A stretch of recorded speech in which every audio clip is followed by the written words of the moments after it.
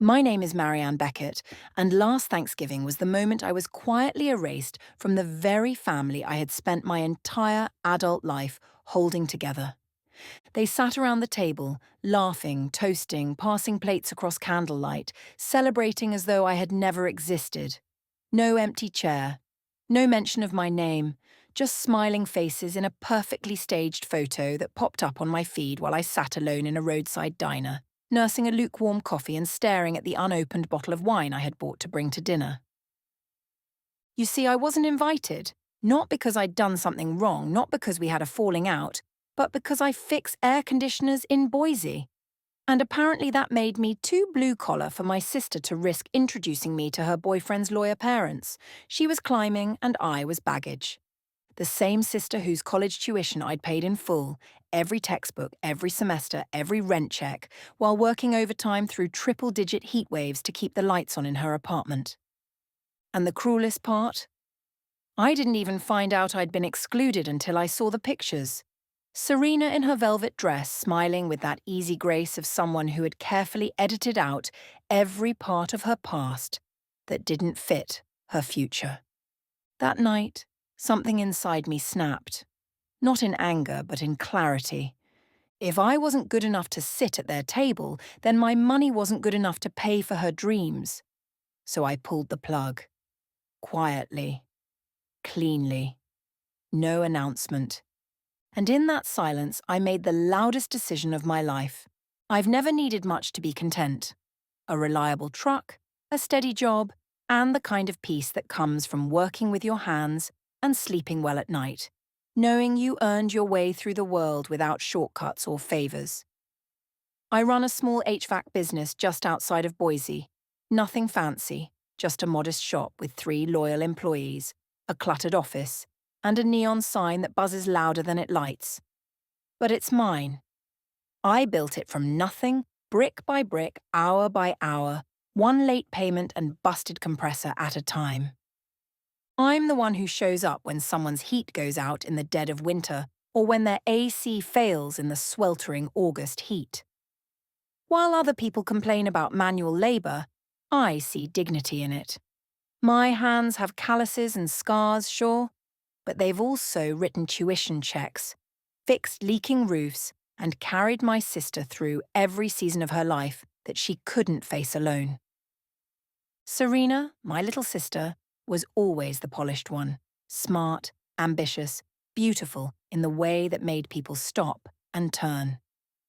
She got into Western Bay Law School, a top-tier program up in Oregon, and while my parents clapped and cheered, they also whispered about the cost, about how they'd make it work, even though everyone in that room knew the numbers didn't add up. So I stepped in, without being asked, without fanfare.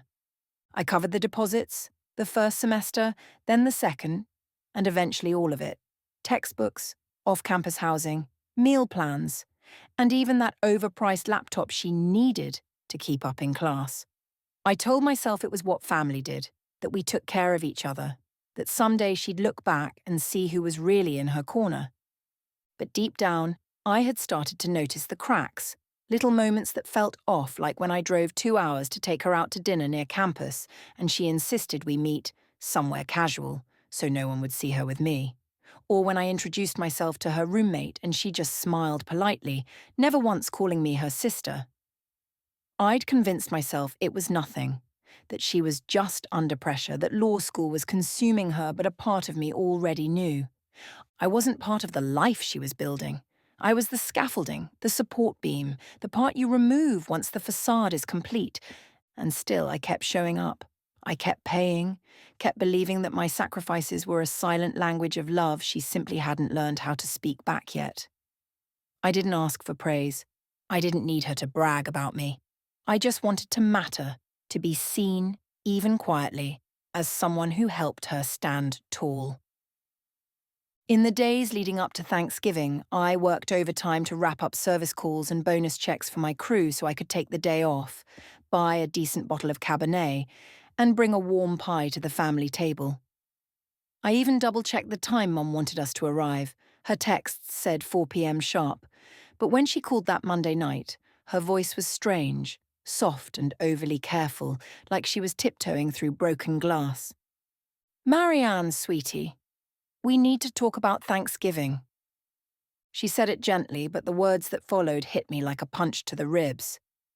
She told me the dinner was going to be a bit more formal this year, that Serena's boyfriend, Chase, was bringing his parents, both attorneys from Portland, and they wanted to keep things small and professional. My first instinct was to laugh. I thought she was joking, but the silence that followed told me everything I needed to know. I was being uninvited, politely erased, scrubbed from the guest list like a stain no one wanted to explain. I tried to stay calm. I asked why. I reminded her I was family. But the excuses kept coming. How important appearances were, how this was a big opportunity for Serena, how these people had expectations. And just like that, my decades of loyalty were reduced to a liability. My job, my clothes, my simple lifestyle, they were all marks against me in a game I never agreed to play. That call ended with a promise to make it up to me, with a brunch invitation that felt like a leftover, a cold side dish served after the main course had already been cleared. I hung up without another word, my hands trembling on the steering wheel, and for the first time in years, I felt like a stranger in my own bloodline. Later that night, as I sat in the dim light of my apartment, my cousin Evelyn messaged me. She had overheard a conversation, Serena telling my mother, in no uncertain terms, that she didn't want me there because I might embarrass her, because Chase's family came from a world where people wore tailored suits and summered in the Hamptons, and I came home with dirt under my nails. I read that message 3 times before it fully sank in. My sister, the one I had supported in silence, was ashamed of me. Ashamed of the very foundation she'd built her future on. And in that moment, every late night, every overdraft fee, every missed vacation, and unpaid invoice I had swallowed for her benefit, all of it came rushing back in a tide of quiet, seething clarity. She didn't just forget me. She buried me. But what she didn't know, what none of them knew, was that I had finally reached the point where love without respect becomes a burden, not a bond. And I was done carrying that weight. Thanksgiving morning arrived not with warmth or the smell of cinnamon rolls in the oven, but with an emptiness so sharp it almost felt physical, like a room full of voices suddenly gone quiet, or a door that closed without making a sound but still left you cold on the other side. I tried to distract myself the best I could. I went for a drive through the foothills, rolled down the windows to let the crisp Idaho air sting my cheeks, and stopped by Marlowe's diner for a cup of coffee and a slice of pie I had no appetite for. But no matter how far I drove or how long I sat in that booth pretending to be okay, I couldn't shake the ache that had settled into my chest, like a weight I hadn't asked to carry. Out of some stubborn instinct, I told myself not to check social media. But old habits die hard, and curiosity, especially the kind laced with pain, has a way of creeping back in. So I opened my phone, scrolled past the usual holiday greetings, and there it was, the photo that sealed everything.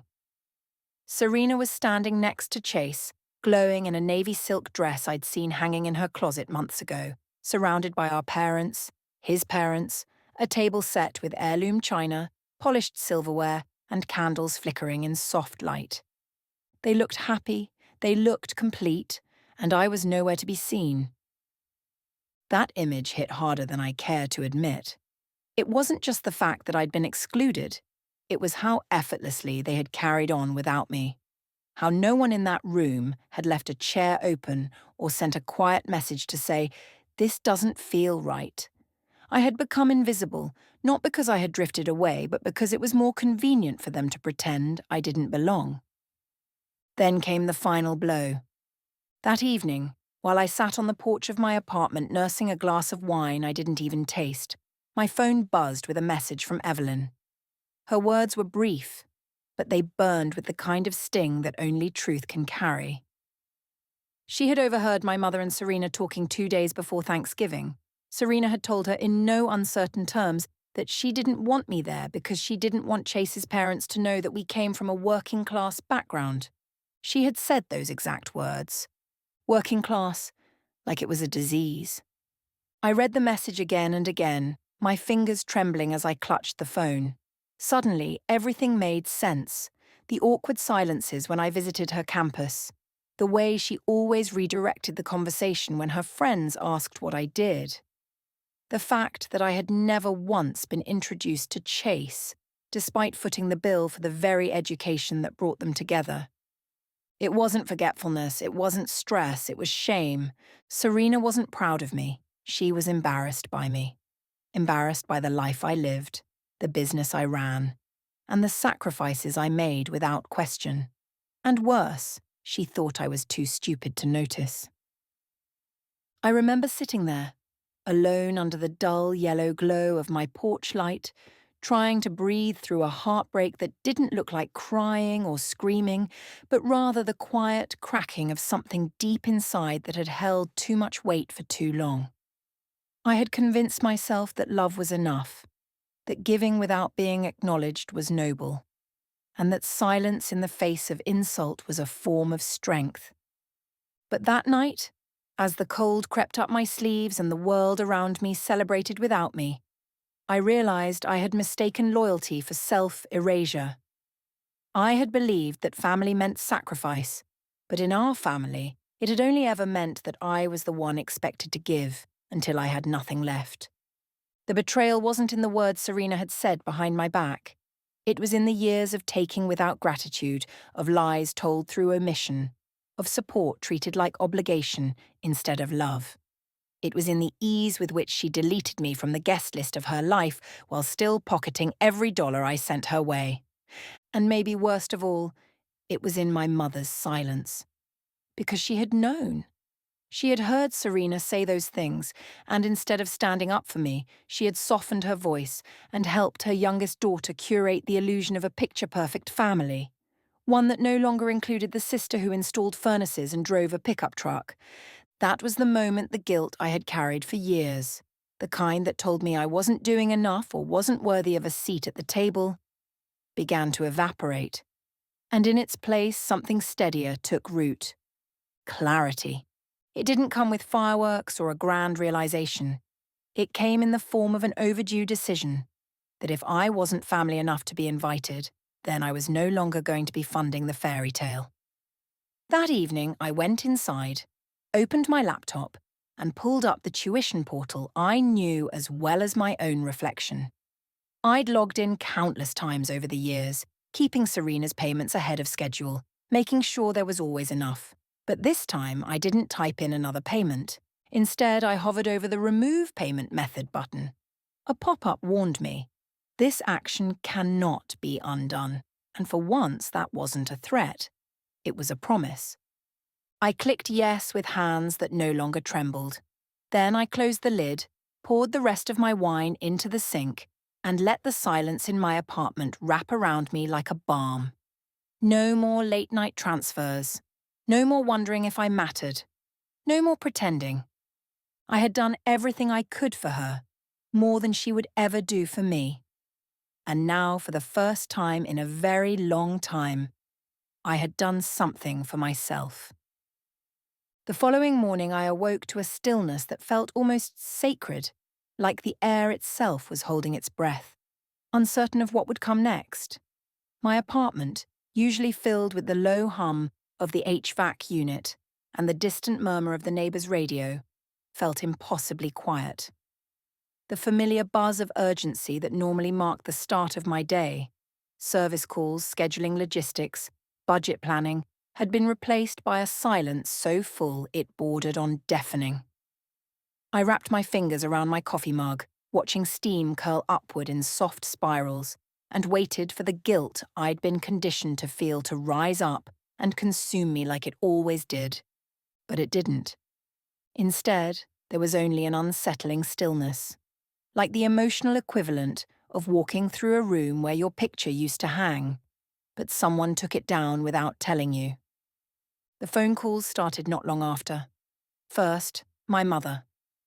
I recognized her name the second it lit up the screen, her call arriving like clockwork, just past 8 a.m., her preferred hour for guilt-laced conversations, where concern was always a veil and manipulation dressed itself in motherly warmth. I let it ring. Then it rang again. By the third attempt, I finally answered, more out of curiosity than obligation. Her voice was sharp from the outset, not worried, not confused, but scolding, as if I were a child who had failed to do her chores. "Marianne," she said with that practiced tone of weary disappointment, "Serena just called me in tears. What on earth are you doing?" She didn't ask how I was feeling. She didn't wonder why I had withdrawn. She skipped straight to the damage control, as if I had thrown a match on a pile of dreams rather than simply stepping back from a one-sided relationship. I stayed calm, told her the truth, not that it mattered. I explained that after being excluded, after years of financial support met with silence, after realizing I had been reduced to nothing more than a funding source with calloused hands and a working-class zip code, I had chosen to stop enabling a system that had never truly included me. But she didn't want to hear any of that. To her, it was cruelty. It was betrayal. It was a failure of duty, my duty, to continue sacrificing without question. She clung to phrases like family makes sacrifices and this isn't the time to be petty, each one landing with the dull weight of a stone dropped in water already too deep to see the bottom. I listened in silence as she tried to paint my choice as cold, heartless, unreasonable. Then I spoke. Not loudly, not with rage, but with a finality that surprised even me. "I didn't abandon her," I said, my voice as steady as the ceramic mug in my hand. "I just stopped financing someone who treats me like I don't exist." She hung up without saying goodbye. After that, the silence returned, not the kind that brings peace, but the kind that scrapes against your ribs in the dark hours of the night, reminding you of every memory they get to keep while you're left sorting through the versions they never let you be part of. I sat alone in my living room for what felt like hours, the city moving on outside my windows while my world stayed painfully still. In moments like that, when there's no more argument to be had, no more justification to offer, you begin to notice the sharp contours of loneliness. Not the kind that comes from being physically alone, but the kind that comes from being emotionally discarded by people who were supposed to be your home. I kept checking my phone, not because I wanted anyone to call, but because a part of me still hadn't accepted that no one was going to. Not to say sorry, not to check in, not to ask how I was holding up after being shut out of something I had helped build from the ground up. But they didn't. Instead, I became the villain in a story they wrote without ever asking for my side. Serena had already begun spinning the narrative, I later found out, one that cast her as the poor abandoned sister blindsided by my sudden cruelty. She didn't mention the years of tuition payments or the countless nights I stayed up balancing budgets just to make sure she never had to take out a loan. She didn't include the part where she hid me from her friends, or the way my mother nodded silently along when she said she was ashamed of where we came from. And maybe the worst part of all wasn't the betrayal itself. It was the quiet realization that no one stood up for me. Not once. No one called to say, "This isn't right," or "You deserved better," or even just, "Are you okay?" Their silence said everything. And so I embraced my own. I stopped checking messages. I stopped refreshing notifications. I buried the part of me that had always hoped for reconciliation and let something new take root, something quieter, yes, but stronger. I no longer needed their approval. I no longer chased their validation. I had spent so many years giving my all to people who barely gave me eye contact, and now, finally, I was beginning to understand the difference between being needed and being valued. That week I returned to work. I fixed heaters. I responded to emergency calls. I repaired a broken walk-in freezer at a local cafe where the owner didn't know my story and didn't need to. She just thanked me with warm banana bread and a smile. And somehow that small act of appreciation meant more than every forced family brunch and backhanded compliment I'd ever received. I had lived too long in the shadow of people who only reached for me when they needed something, but in the silence that followed their absence, I started to hear something else. My own voice. Clear, unapologetic, free. It wasn't a sudden rage or a dramatic outburst that pushed me over the edge. There was no shouting match, no slammed doors, no teary confrontation with Serena on a doorstep in the rain. What happened next was quieter, infinitely quieter, but far more decisive, and in hindsight, far more powerful. The morning after my conversation with my mother, I found myself sitting at my kitchen table, sunlight bleeding through the blinds and spilling across a stack of unopened mail. I cradled my usual cup of black coffee, lukewarm now, and stared at the familiar laptop in front of me.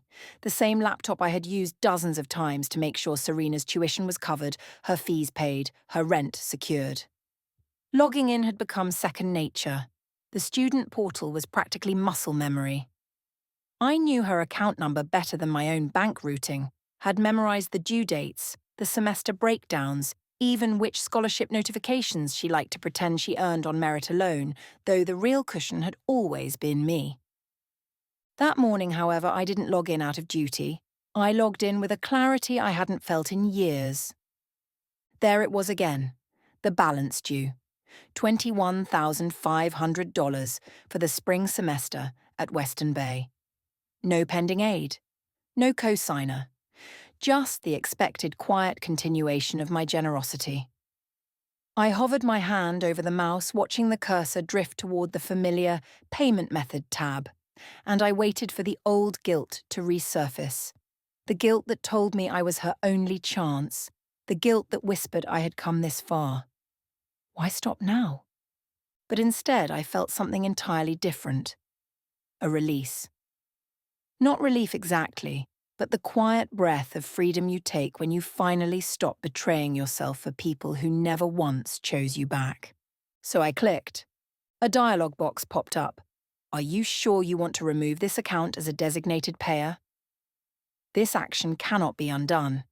I stared at those words for a moment, words designed to make people hesitate, to give them one last out, and I thought about all the times I had made excuses for her, about the phone calls she never returned unless rent was due, the birthdays skipped without apology, the conversations about her future where my name never came up. I thought about how invisible I had become in her carefully curated world of upward mobility and how my support had become expected, not appreciated. Then I clicked yes. The sound of the laptop snapping shut afterward was unremarkable, barely louder than a whisper, but in that moment, it felt like the loudest declaration I'd ever made. It didn't take long for the consequences to catch up. Not 24 hours later, my phone began buzzing during my morning rounds. First one call, then two, then four in rapid succession, all from my mother. I ignored them. I didn't need to hear her rehearsed outrage or the disappointed sighs she had perfected over the years. I knew what had happened. Serena had tried to register for her spring classes, and the university's billing department had kindly informed her that her account was flagged for non-payment, and her enrollment was on hold until the balance was cleared. I could almost picture the look on her face, first confusion, then panic, then the dawning horror of realizing the safety net was gone, that I was gone. Eventually I picked up one of the calls, if only to get it over with. My mother's voice, already trembling with urgency, wasted no time with pleasantries. "Marianne," she snapped, "tell me you didn't cut off Serena's tuition. She's in tears. She said she can't even register for classes." I took a slow sip of coffee, forcing my voice to stay calm. "She's right," I said simply. There was a pause, just long enough for her to recover from the bluntness, before the guilt began to pour through the receiver, thick and sticky like syrup. "How could you be so cruel?" she asked, her tone drenched in disbelief. "Cruel?" I echoed, half laughing.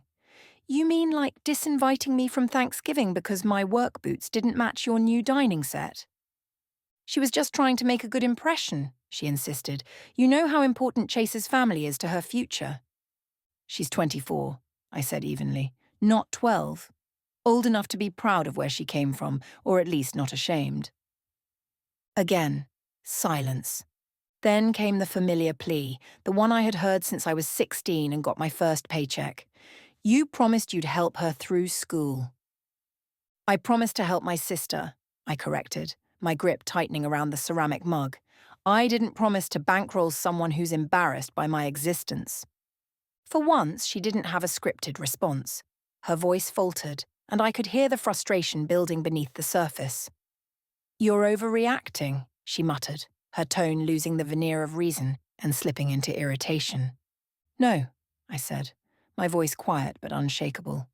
What I've been doing all these years, that was overreacting, overextending, overgiving. Marianne, she warned, the word sharp as a blade, you're making this bigger than it is.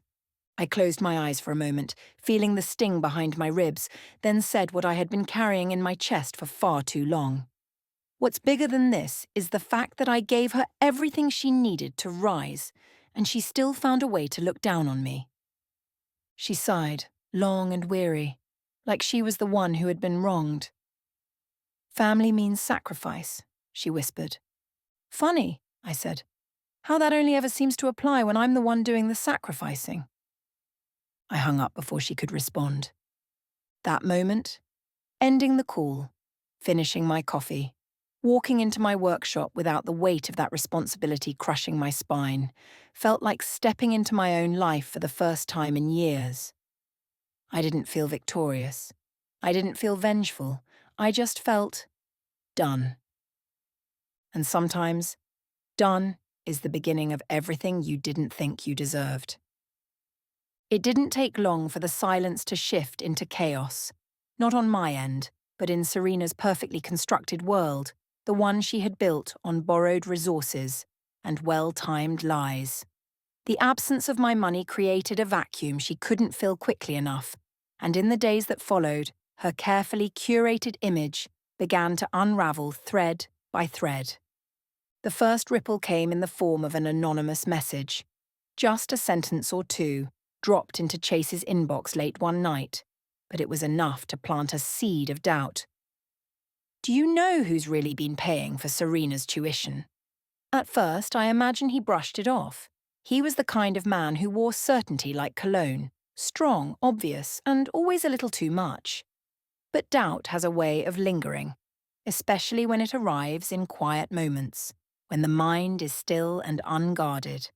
From what I later heard, through cousins who couldn't resist sharing the fallout, he started asking questions.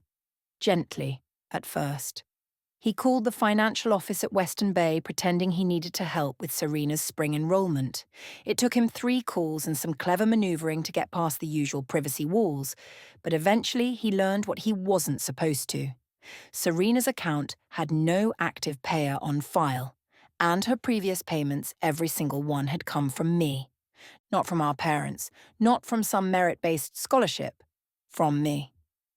The next time she showed up at his apartment, expecting another cozy evening of wine and softly lit conversations about career paths and condo upgrades, she was greeted by a different version of the man she thought she had tamed.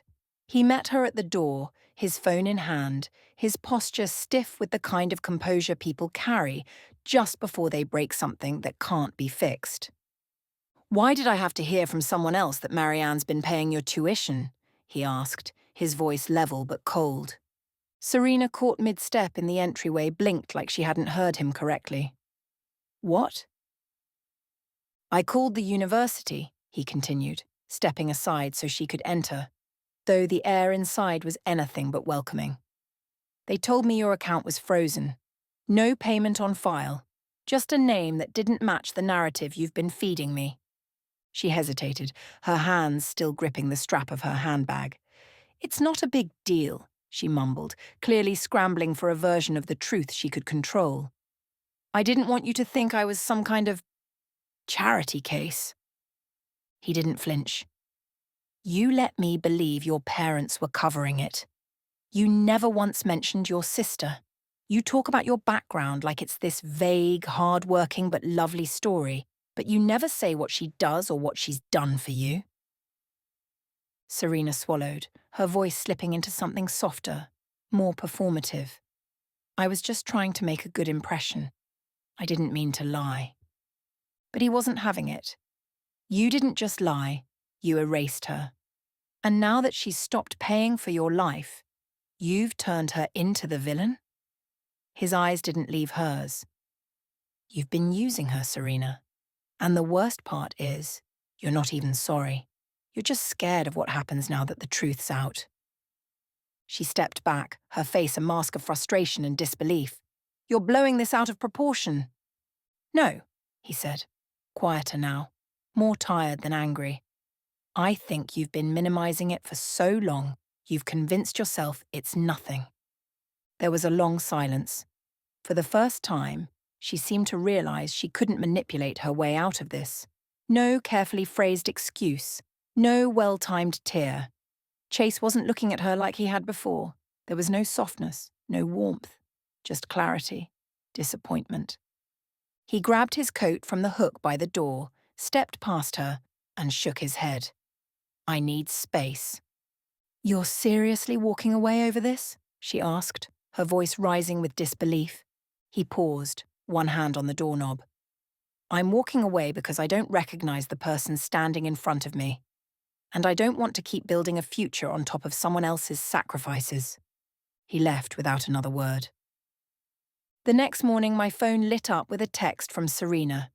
No apology, no recognition, just blame. I hope you're happy. You just ruined my life. I stared at the screen, letting the words settle like dust on old furniture. I didn't reply. There was nothing left to say. If she believed her life had been ruined, then she had never really built it on anything real to begin with. But I knew something she didn't. This wasn't destruction. This was exposure. And the truth, once uncovered, doesn't go quietly. It happened 2 days after her world began to cave in. I was in the middle of a staff meeting, standing near the whiteboard in the front office of Beckett Climate Solutions, going over our winter emergency protocols and trying to keep spirits up as the first snowstorm of the season rolled into town. The team was gathered, clipboard in hand, coffee mugs steaming, quiet focus in the air, when the front door slammed open with a force that made the glass panels rattle in their frames. Every head turned. Conversations died in mid-sentence. And there she was, Serena, hair disheveled, cheeks flushed, eyes red from either crying or lack of sleep, or both. She stood in the entrance like a storm that hadn't been forecast, her chest rising and falling with shallow, furious breaths, and her gaze locked onto me with the kind of unfiltered blame only someone who's lost control of their narrative can project. You ruined my life, she said, her voice loud enough to cut through the tension like a blade. It wasn't a question. It wasn't a plea. It was an accusation, thrown out like a grenade into a room full of people who didn't yet understand the battlefield she thought we were standing on. I exhaled slowly, setting down the marker I had been using, and turned to face her fully. Here we go, I murmured under my breath, more to myself than anyone else. I mean it, she snapped, stepping further into the room. You abandoned me. You left me with nothing. How could you do that to your own sister? I didn't flinch. I didn't raise my voice or offer her the spectacle she was clearly prepared to perform. Instead, I crossed my arms and leaned lightly against the edge of the desk behind me. That's funny, I said, voice calm but resolute, because I don't remember being called your sister when you were lying to your boyfriend about where your tuition money came from. She bristled, jaw tightening. That's different. Is it? I asked, tilting my head, watching her unravel in front of colleagues and clients alike, none of whom knew the full story, but all of whom understood instinctively that this woman wasn't the victim she was trying to be. Because it seems like the only time you call me sister is when something's on fire, and I'm expected to put it out. Her eyes darted around the room, desperate to find a sympathetic face, a rescuer, anyone who would echo her version of the truth, but there was no one. My crew knew me. My clients respected me. No one jumped to her defense. So she changed tactics. She straightened, lifting her chin like a performer reclaiming center stage, and raised her voice so the entire room could hear. She abandoned her own family, she declared. She left me high and dry. She's selfish. She doesn't care about anyone but herself." There was a beat of silence, long, tense, heavy, before someone moved. Harry, my senior technician, stepped forward from the back corner, his demeanour unshaken, his voice steady. "Ma'am," he said respectfully but firmly, "you need to leave." Serena spun toward him, incredulous. "Excuse me?" "This is a business," he replied, never raising his tone. "And you're disrupting it." "I'm her sister," she shouted, gesturing toward me like she expected the title to earn her immunity. Harry didn't blink. "And this is her business," he said simply, "which means you're trespassing." She let out a frustrated, half sob, half laugh, an ugly, cracking sound that echoed off the walls. "You don't understand," she choked out, spinning back toward me. "She's leaving me with nothing. She's ruining my future." I stayed rooted in place, calm as stone. "No," I said softly, but with a finality that cut deeper than volume ever could. "I just stopped letting you take advantage of mine." The truth settled over the room like dust, silent but visible, impossible to ignore. And she saw it too. The shift in perception, the realization in people's eyes that she wasn't here because she had been wronged. She was here because she had been exposed. Security arrived less than 5 minutes later. I didn't call them. One of my front desk employees had quietly dialed the number after Serena's entrance, rattled the building. When they showed up, she resisted. Of course she did, insisting that she had a right to be here, that this was family business, that no one understood. But no one stopped them. No one shielded her. They escorted her out while she cursed and screamed and threw her final accusations into the freezing air. And just like that, she was gone. Later that evening, the phone rang again. I almost didn't answer, but something in me knew. It would be the last time they tried. The last time anyone in that family reached out before turning the page and writing me out completely. I picked up. "We need to talk," my mother said, her voice taut with restrained panic, her usual tone of cultivated concern stretched so thin it was barely holding together. She didn't even try to start with pleasantries. I didn't say anything, just let the silence hang until my father joined in. "Look, Marianne," he began, clearing his throat like the sound might soften the blow. "Maybe things got out of hand. Serena's young. She made mistakes." I closed my eyes, letting the phone press cool against my cheek. "Let me guess," I said flatly. "You think I should help her?" There was no denial, just a quiet sigh on the other end. "Maybe we can work something out," my mother finally said. "You're doing well, after all." And there it was. The truth, as bare and shameless as ever. I was family again, but only because they needed my money.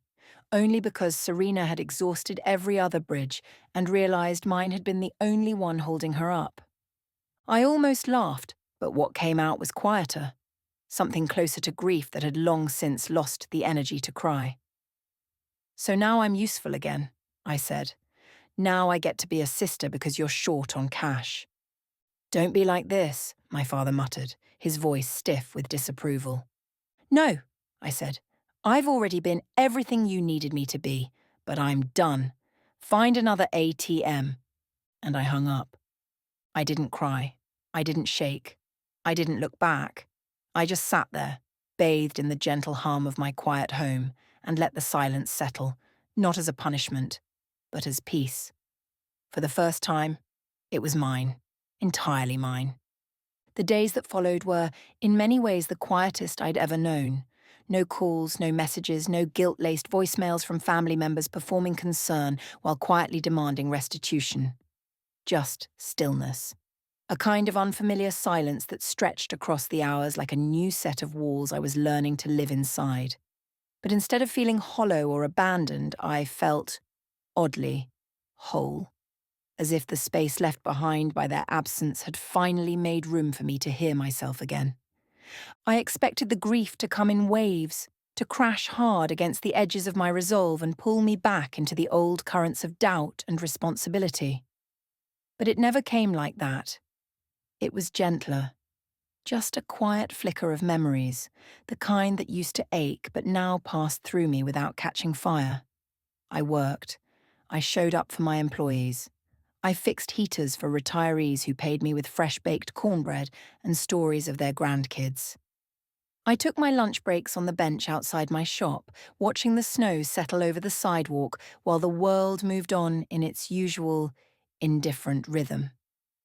It was Evelyn, my cousin and the quiet observer through all of this, who finally broke the silence. She called one afternoon as I was closing up shop, her voice cautious but kind. "I just wanted to check in," she said. And for the first time in a long time, it wasn't followed by a favour or a family agenda. She just wanted to know how I was holding up. I told her the truth, better than I expected. Then, after a brief pause, she told me what I already suspected, but hadn't cared enough to confirm. Serena had moved back in with our parents. She wasn't returning to Western Bay, at least not anytime soon. She'd told people she was taking a break, though everyone knew the truth. The funding had dried up, and the version of her life that had seemed so polished was built on ground that could no longer support it.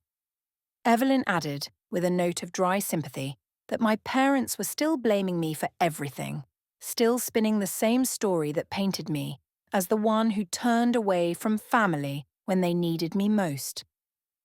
But none of that surprised me. What surprised me was how little it hurt. There was no more anger left in me, no more bitterness, just a quiet understanding that not everyone will choose truth over comfort, that some people would rather preserve the illusion of loyalty than acknowledge the discomfort of fairness. And that's their path, not mine. Christmas Eve came with no invitation, no extended olive branch, just a single message from my mother that read, "Merry Christmas, we miss you. Let's talk." I looked at the screen for a long moment, fingers hovering over the reply, and for a brief second, I felt that old pull, that deep, aching hope that maybe this time they meant it, that maybe this time they were reaching out to see me, not just to reclaim what I could give. But the feeling passed, not in bitterness, but in wisdom. I deleted the message without replying, not out of spite, out of self-respect. Instead of falling into old patterns, I turned my attention towards something I hadn't prioritized in years: my own life. My business had grown steadily since I stopped pouring everything into someone else's future. I hired another technician, expanded service routes, and even signed a lease on the space next door to build a customer lounge with free coffee and heating advice for seniors on fixed incomes. For the first time, my energy went into something that gave back. And for once, I didn't feel guilty about that. I've come to learn that choosing yourself doesn't mean you're selfish. It means you're finally willing to honor the quiet voice inside that has whispered for years, "You deserve better." It means understanding that love, real love, doesn't demand your silence or your sacrifice in exchange for proximity. And sometimes, the kindest thing you can do for someone who refuses to value you is walk away and let them feel your absence. I don't know if Serena will ever understand what she lost. I don't know if my parents will ever stop rewriting the story to make themselves feel better about how they treated me. But I do know this: I'm no longer the invisible pillar holding everyone else up. I am my own foundation now. And that's something no one can take from me again.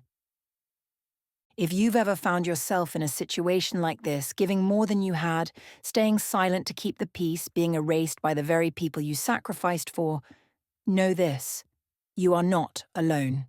And walking away isn't weakness. It's strength, wrapped in clarity. So if this story touched something in you, if it reminded you of your own worth or even just made you feel seen, leave a comment below. Share your story. Tell me where you're watching from. I read every word. And if you haven't already, make sure to subscribe, because there are more stories like this, stories of quiet courage, late justice, and second chances, still waiting to be told. Until then, take care of yourself, because sometimes choosing yourself is the most powerful revenge of all.